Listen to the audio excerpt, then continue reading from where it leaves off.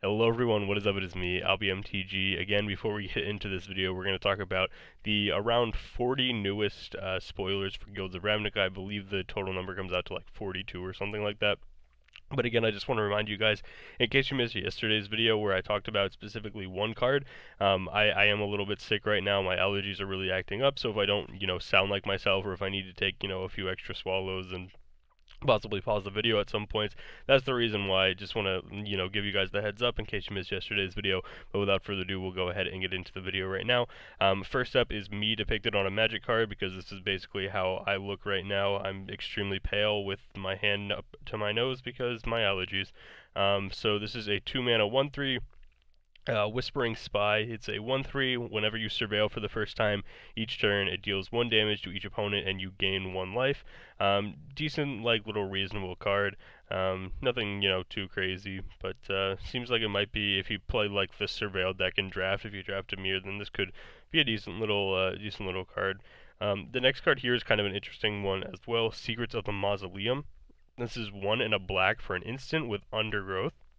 Which Undergrowth, again, is the Golgari mechanic that cares about the number of creature cards you have in your graveyard.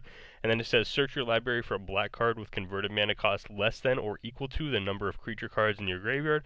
Reveal it and add it to your hand, then shuffle your library. This card is pretty sweet. It can only find a black card, but it doesn't limit it to, just creature cards or anything like that. You can find basically whatever card you need. Some people were already starting to brew around in things like Modern and things like Legacy with this card, doing something like turn 1 Faithless Looting, discard 2 Grizzlebrands, and then second turn you can play Secrets of the Mausoleum to go find your Goryo's Vengeance, and then Goryo's Vengeance back the Grizzlebrand on turn 3. Pretty reasonable strategy there. Don't know if it's the best use of this card, but I'm sure you Commander players will absolutely love this card, and it's a pretty reasonable one. The next card we have here is Night Veil Sprite, which has the fantastic keyword of Flying.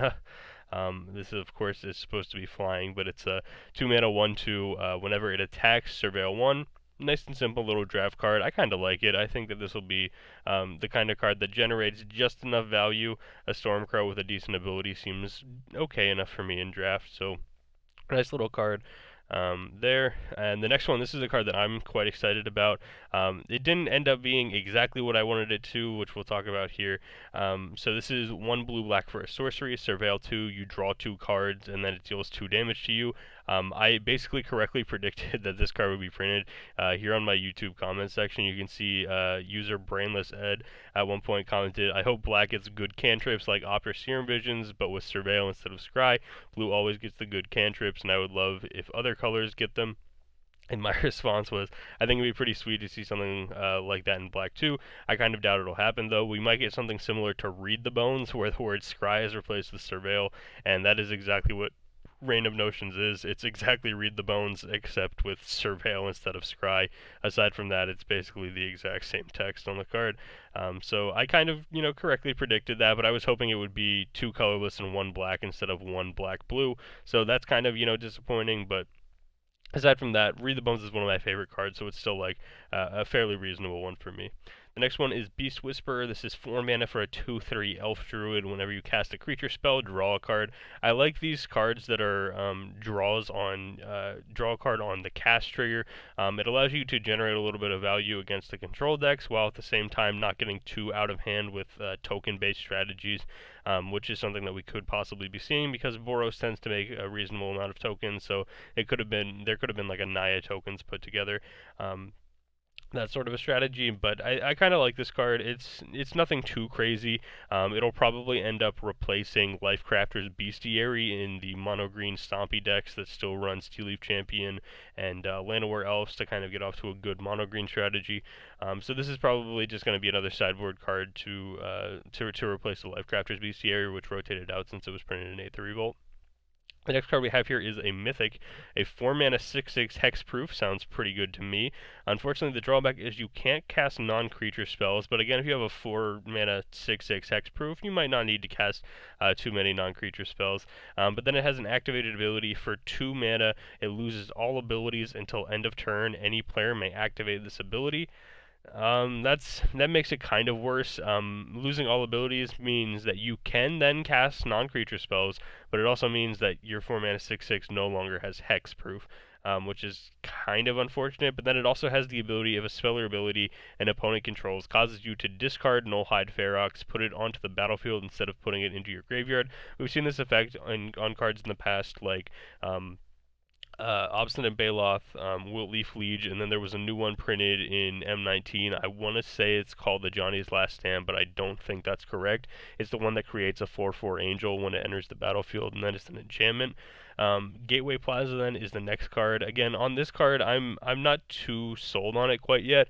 I think maybe something kind of interesting that you could do is run like Sorcerous Spyglass in your main board, and then you could Sorcerous Spyglass to name Nullhide Ferox. That way nobody could activate the ability to remove hexproof from it.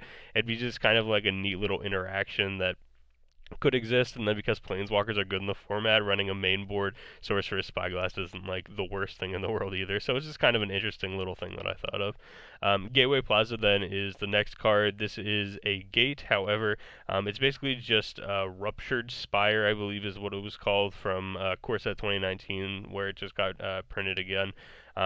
Except this one, of course, having the subtype gate. It seems fine. There are a couple of random Gate Matters cards that we'll be talking about here today, so it's not the worst card in the world. The next card we have here is Artful Takedown. For 4 mana, you get an instant that allows you to tap a creature and give another creature -2, or I guess you could give the same creature -2, -4, but most likely you'll be tapping one creature and then giving another creature -2, -4. Decent little removal spell. Stops you from taking damage for potentially a turn or so. So I kind of like it. It's a decent little card. Won't be anything in constructed, but it'll be a decent little, draft card. Chemist's Insight, this is Pleasant Kenobi's preview card, fellow YouTuber, 4 mana for an instant, draw 2 cards, and then Jumpstart. This is pretty notable because Hieroglyphic Illumination and Glimmer of Genius both just rotated out of the standard format, so Chemist's Insight could be the card that just ends up replacing both of those. Guild Summit is the next card. 3 mana for an enchantment. Whenever it enters the battlefield, you may tap any number of untapped gates you control. Draw a card for each gate tapped this way, and whenever a gate enters the battlefield under your control, you draw a card. So again, this was kind of what I was talking about when we got up here to the what was it called? The Gateway Plaza here, where it has the subtype of gate. This is one of the first Gate Matters cards that we're kind of talking about here with Guild Summit. Allows you to do some fun stuff. So if you draft the quote-unquote gate deck, then you can put together something like that. There was a gate deck previously. If you had like Maze's End and a lot of luck, you could put together the Maze's End deck. But I don't think we'll be seeing Maze's End again. At least not in this set, since there's only 5 different gates, or I guess 6 if you count the gateway. But I don't think we'll be seeing Maze's End in this set, that's for sure. But yeah, Guild Summit, again, if you're trying to put together a gate deck for some reason, that could be a fun little stipulation draft that you could have the potential to do. Alright, the next card we're going to take a look at here is District Guide. This is 2 colors and 1 green for a 2/2 Elf Scout. When it enters the battlefield, you may search your library for a basic land card or gate card, reveal it, put it into your hand, then shuffle your library. So this is similar to a card we've seen in the past, Borderland Ranger, where it does exactly the same thing as this, except could only find a basic land card. District Guide can find gate cards for you, so it is slightly better, and a lot of people are saying that this might be, or I shouldn't even say a lot of people, but some people are kind of starting to, start brewing with some of these cards, and some people are saying that if there's going to be a 4-color deck in the format, District Guide is going to end up being a crucial part of that because it is fairly easy to cast, only costing 1 green in the mana cost, and then being able to find 2 other colors of mana by searching for a gate could, be a way for us to put together a 4-color deck that's playable in Standard. The next card we have here is Goblin Crater Maker. This is 2 mana for a 2/2, has an activated ability that says 1 and sacrifice Goblin Crater Maker, choose 1. It either deals 2 damage to target creature or destroys target colorless non-land permanent. So this card is going to be maybe not the best in Standard. It, at some points, can be a little removal spell for you, or it could deal with your opponent's Karn Scion of Urza, which of course could be super important. But really where people are starting to brew around with this a little bit is going to be in the Legacy format, because it allows you to do things with the first activated ability. You can still kill off important creatures in the format, like Delver of Secrets and some of the smaller creatures that exist in the format, Baleful Strix, those kind of things. But at the same time, it has the ability to compete with things like Eldrazi, the swords, and Batterskull that gets searched up by Stoneforge, Mystic, and Death and Taxes, Aether Vials from the Death and Taxes list. So it has the ability to, have game against all of these different archetypes. And so I think that this card has some potential in Legacy. The problem is there's not really any fantastic red decks in Legacy right now outside of like blue-red Delver and the Grixis control lists, but I don't think either of those decks really want it, so this might just end up being another card for Goblins, but Goblins is on its way back up in Legacy. It was gone for a while Deathrite Shaman was still in the format, but now that Deathrite Shaman's gone, we're kind of seeing this resurgence of Goblins starting to show up here and now. Yeah, Goblin Cratermaker could be a decent little 2-drop for that deck, allowing you to have some game against several different decks in the Legacy metagame. The next card we're going to talk about here, Deafening Clarion. This is 3 mana, choose one or both. It deals 3 damage to each creature, and creatures you control gain lifelink until end of turn. So it's like a Boros Sweltering Suns, but again, needing to be in 2 colors might end up being a problem for this, but getting to give your bigger creatures lifelink then afterwards, because if your creatures are surviving through 3 damage being dealt to them, then they're probably a pretty beefy creature, and so giving them lifelink afterwards could be a nice way to swing the game back in your favor after, removing a couple of cards from your opponent's side of the board. Next card is Ionize. This is 3 mana for an instant. Counter target spell, deals 2 damage to that spell's controller. It's like a nice simple card. It's nothing, too flashy, but gets the job done. These 3 mana counter spells are pretty reasonable. And then being able to just do 2 additional damage. I don't know if we have the pieces quite yet for Blue-Red Wizards. Maybe if we see a few more things getting spoiled, then it is possible that a counter burn strategy could exist, where we go like turn 2 Viashino Pyromancer, or like turn 1 a good 1-drop, turn 2 Viashino Pyromancer, deal 2 to your opponent, turn 3 you hold up this Ionize, you get in for 2 with your Pyromancer, they're already down to 16, you counter their spell, they're down to 14, and that sort of damage that just slowly chips away like that. I could see something like that emerging if we get the right number of spells put together for that. The next card we have here is Runaway Steamkin, which is 2 mana for a 1/1 elemental. Whenever you cast a red spell, if it has fewer than 3 +1/+1 counters on it, you put a +1/+1 counter on it, and then you could remove 3 +1/+1 counters from it to add 3 red to your mana pool. So this is kind of an interesting card, has the ability to be a 2-drop that can continue to get bigger, while at the same time possibly generating you some mana if you need mana. A 2 mana 4/4 seems quite good, while at the same time a 2 mana that can ramp you 3, and later on this could be something pretty decent. 2 mana, like right now I can't really think of anything too strong that's like mono red that's like a 6-drop or 7-drop outside of like a Tally maybe, but I don't know if there's quite an Tally deck in the format right now, but this could be just a reasonable card. I guess it ramps you into your what is the name of that card? Demanding Dragon, there we go. Again, I apologize. It also has the ability to, maybe if you're playing like a little bit of more splashy kind of deck, like maybe you're playing the blue-red counterburn deck like I was talking about before, this still enables you to always have triple red for your Goblin Chain Whirler as well. So that could be, again, something that we might end up seeing with the Runaway Steamkin. The next card we have here is just your basic draft common, Blade Instructor, decent little card for the Boros deck in draft. And then we have the Guild Gates. What I find kind of interesting about the Guild Gates is that not only is there 2 artworks printed, but they take up 2 different slots in the number of cards. So for example, Boros Guild Gate here is 243 out of 259, and this one is 244 out of 259. This one here is 245 out of 259. This one here is 246 out of 259. So I'm not sure how they're going to end up doing Guild Gates in the packs, whether it's going to be like we've seen in the past where there's like a guaranteed gate in each pack, or if we might end up opening up some packs that sometimes have 2 Boros Guild Gates in them. I'm not quite sure how that's going to work. It could go kind of either way. I haven't really seen them making an announcement on it quite yet, saying how they were going to do it, but it is kind of interesting noting that they do have 2 different card numbers here, even though they're the same card. So again, just it goes over all of the ones. Golgari Guildgate was the last one here, so there are 10 of those slots taken up for each of the 5 guilds. And then we'll go on to the cards from yesterday that we didn't quite get a chance to talk about yet because I was super excited about Assassin's Trophy and just wanted to make my video solely on Assassin's Trophy. So if you guys have already seen these cards, I fully understand if you guys want to click off the video now. If you want to listen to me talk about them some more, I'd greatly appreciate that as well. But without further ado, we'll go ahead and get into yesterday's spoilers, starting with Azoni Thousand-Eyed. This is 6 mana for a 2/3. It's a legendary creature for all of you commander players, and when it enters the battlefield, you create a 1/1 black and green insect creature token for each creature card in your graveyard, again having the undergrowth mechanic that we're seeing from Golgari, and then it has a nice little value engine here with 1 black and 1 green to sacrifice another creature, and then you gain 1 life and draw a card.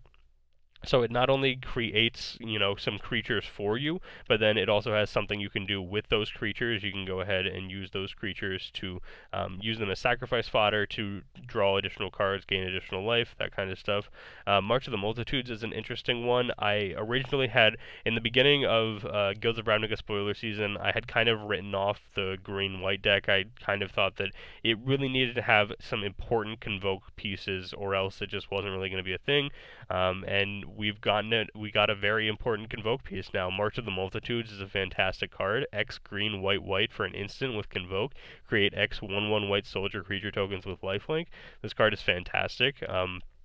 Again, like I said, I kind of had written off the green-white deck. I just didn't think that there was the right, number of cards for it. And like I said, we really needed to see some good Convoke payoff. And we found a good Convoke payoff here with March of the Multitudes. Also notably, if we take a look here at the artwork, let me see if I can, we'll zoom in as much as possible here. Alright, if we go down here, you might not be able to see it, but right here, once you get your hands on one of these cards, right here where I'm circling with my mouse, we have a sighting of Fibblethip. Fibblethip, of course, being one of Ravnica's most beloved characters from the Magic the Gathering fan base. People love Fibblethip, and so here he is back again, showing up in a little bit of artwork here in Guilds of Ravnica, which is pretty cool. Next, we have Bounty Agent, which is a 2-mana 2/2 with Vigilance. You can sacrifice a destroy target legendary permanent that's an artifact, creature, or enchantment. This card's kind of interesting. Like, it can get in for 2 and then kill off your opponent's search for Azcanta. It can just trade with some legendary creatures, but I don't know. I wish it just said, like, legendary permanent. I think that'd be pretty sweet. Being able to just use this as a 2-mana answer to a Planeswalker would be incredible. You would still need to untap with it for a turn before it could deal with the Planeswalker, but maybe that would just be too powerful at 2 mana. Maybe if it was like a 3 mana 2/2 Vigilance, and then you could sacrifice it to destroy a legendary permanent without any restrictions on it, then maybe that would exist. But I don't know. This card's kind of interesting. I'm not sure if it's going to be fantastic yet, but it does seem like a reasonable card. Next up is Dimir Informant. It seems like recently Wizards has been really enjoying this 3 mana 1/4s in blue that have some sort of an ETB ability. From Ixalan and Rivals of Ixalan, Sailor of Means comes to mind, where it ETBs and then has you creating the treasure token. Dimir Informant, basically the same thing. 1/4 when it enters the battlefield. It has the keyword of this set, which again is Surveil, instead of creating treasure tokens like it was in Ixalan and Rivals of Ixalan. So again, just a decent little draft card. Whisper Agent, kind of a cool card. Some people were thinking about it a little bit for Pauper, maybe like a flash threat for the blue-black control decks. Having the ability to surveil 1 when it enters, while having also the ability to hold up your counter magic or kill spells if you need to is also just fine. Fresh Face Recruit, a good little aggressive card for your Boros-based draft decks. Chromatic Lantern, fantastic reprint. Very happy to see this one back. It was at about $15 now, so this should drop the price pretty reasonably. So yeah, I'm not sure if it's going to see any standard play. Maybe if someone's bold enough to put together 5-color good stuff, then we could be seeing Chromatic Lantern, but I'm not too sure about that. So Chromatic Lantern still just a fantastic reprint for Commander players. Sunhome Stalwart, this card is going to be fantastic for the Boros draft deck. First Strike and Mentor for a 2/2 for 2 seems quite good to me. Sumala Woodshaper, this is 4 mana for a 2/1, enters the battlefield, look at the top 4 cards of your library, you may reveal a creature or enchantment card from among them and put it into your hand, put the rest on the bottom of your library in a random order.